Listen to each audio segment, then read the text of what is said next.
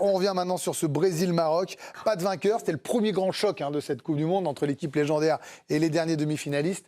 Un partout entre les deux. Oui, match nul, effectivement, cette nuit, un partout entre les deux nations. Vinicius avait répondu à Ismail Saibari qui avait ouvert la marque pour le Maroc. Les Lions de l'Atlas qui avaient bien embêté. Et plus que ça, les quintuples champions du monde, laminés par la presse brésilienne.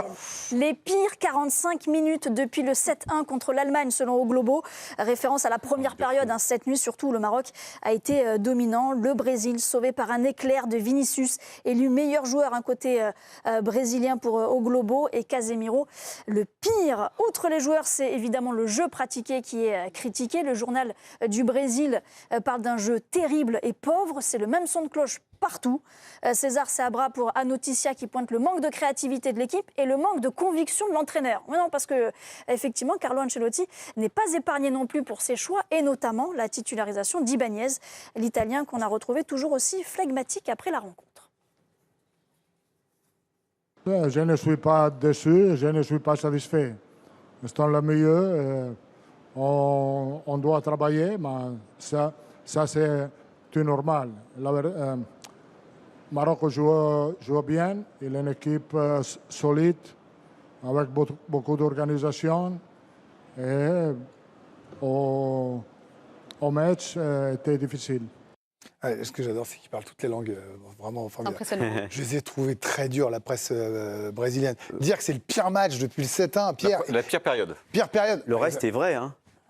Oui, non, mais ça, c'est dur. Ça, c'est dur, oui. Ça, c'est dur. Non, je suis vraiment que sur ça. Je dis pas que c'est un grand Brésil, mais moi, en fait, ce qui me surprend, c'est qu'on est tous, enfin, les suiveurs, n'ont pas analysé que les derniers demi-finalistes d'une Coupe du Monde, c'était le Maroc, et que le Brésil, ils sont 5e de leur zone de qualif. Je vois pas où est la surprise. Et j'étais très surpris par les cotes des bookmakers, par exemple, vous voyez. Ouais, les cotes étaient assez surprenantes. Après, il y a eu un écart dans le match hier pendant bien 25-30 minutes qui était un peu gênant au début du match.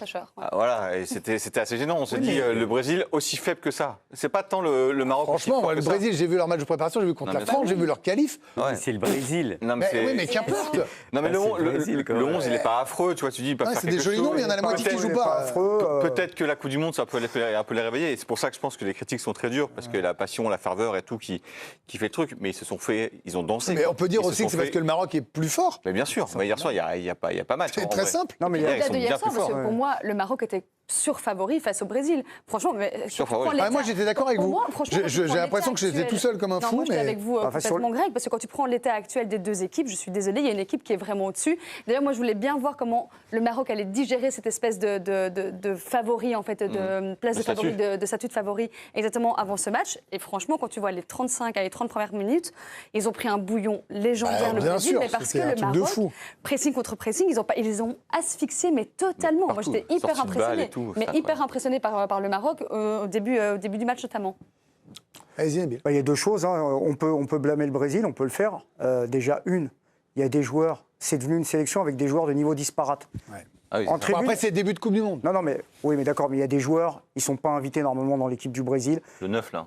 Le 9, bon, laisse tomber. Le latéral gauche, il y avait Roberto Carlos dans la tribune. Il devait regarder les latéraux, il devait se dire, bon, qu'ils ne soient pas de notre niveau, je veux bien, mais qu'il y ait un tel delta. Vous saviez, par contre. Mais on le sait, mais ça reste toujours le Brésil. C'est un mythe, le Brésil. C'est 5 Coupes du Monde. L'entrée du Brésil en Coupe du Monde, c'est un maillot. Ou alors on abandonne. Moi, j'adore votre candeur. Non, mais il n'y a pas de candeur. Je veux dire, on sait où ils se situent. On les a vus sur la dernière année. On les a vus contre l'équipe de France. Je les ai vus en amical contre la Tunisie. Mais moi, ce que j'ai envie surtout de mettre en avant, c'est le Maroc.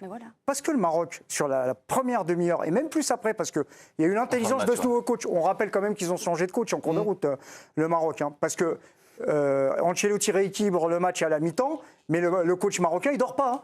Il fait rentrer des milieux et il reprend la maîtrise du ballon face au Brésil, des joueurs techniques.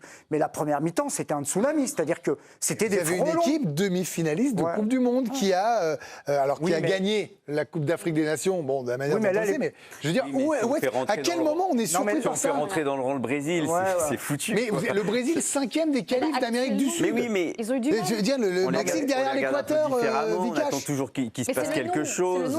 Parce que vous mettez Ancelotti, parce que vous avez Vinicius. Tu peux aussi imaginer que le Maroc arrive avec une pression de demi-finale. Ça pourrait arriver aussi. Alors, après, on va parler des joueurs. Attendez, Vinicius, c'est son soir. On parle d'un joueur qui a impressionné, comme ça permet de parler du Maroc. Évidemment, c'est le milieu de terrain du LOSC, Ayoub Boadi, qui s'est révélé tout simplement aux yeux du monde, le meilleur joueur, un côté marocain en Espagne. D'ailleurs, Marca voit en lui le joueur qui manque au milieu de terrain au Real Madrid. Sur le terrain hier, bien un joueur qui n'est pas surpris de sa prestation, c'est Marquinhos. Je le connais très bien, évidemment. Je connaissais sa qualité. Je pense que la Coupe du Monde sert aussi à ça, à découvrir de nouveaux joueurs et des talents. Même son de cloche du côté du sélectionneur marocain, Mohamed Wabi. Parce qu'on savait très bien quel joueur c'était. Et c'est pour ça qu'on a eu beaucoup de rencontres pour qu'il choisisse le Maroc. Beaucoup de gens parlent de l'âge, mais en termes d'expérience, il a beaucoup plus de matchs en Ligue 1 que beaucoup d'autres joueurs. Il a des matchs en Champions League. Il a joué, je me rappelle, il avait fait une masterclass contre le Real Madrid la saison passée. Donc il a 18 ans, mais c'est quelqu'un de très posé et qui a déjà un sacré bagage et de l'expérience. J'étais en train d'imaginer en regardant le match, oui je sais c'est un peu bizarre, Olivier Létang en train de se frotter les mains, 1 million de plus, oh là là 5 millions de plus, 15 millions de plus, il finit le match à 30 millions de plus. Il n'y a pas que ça, je plaisante en insistant, mais là pour moi il s'est révélé aux yeux du monde hier le gamin. Non mais c'est Busquets ça. Enfin hier c'est extraordinaire, il résiste à la pression, il arrête le temps autour de lui, il récupère, il distribue comme il est, enfin je sais pas, c'est incroyable techniquement ce qu'il a fait hier. Il était au four au moulin, il a tout. Enfin, je sais pas, c'est première titularisation avec le Maroc. Extraordinaire. Tactiquement, ce qu'il apporte à cette équipe, techniquement, ce qu'il a dans les pattes. Ils ne se sont pas trompés en grillant la politesse avec l'équipe de France et lui en acceptant ça. Là, il est parti sur un destin. Personne ne va le sortir de cette équipe. Alors pour les clubs, le club qui est en pôle pour l'instant, c'est Arsenal. Maintenant, ce qui est intéressant, c'est effectivement qu'il est étonnant de maturité, il est bluffant pour un premier match, quand même, c'est incroyable. Mais moi, ce que j'ai surtout aimé, et c'est celui qui a été aussi extraordinaire à la dernière CAN, c'est les deux ensemble, en fait. C'est El Ainaoui et Boudaoui. Boudaoui, c'est Algérie-Argentine. C'est Nice aussi. Et donc, c'est surtout ça. C'est ce double pivot qu'ils ont, qui est intense, qui court, qui est incroyable. C'est le cardio, parce qu'ils ont des cardios incroyables. Il y a Hakimi à droite. Mais enfin bon, il y a des ailiers rouges au milieu de terrain aussi. Parce que El Ainaoui et Boudaoui.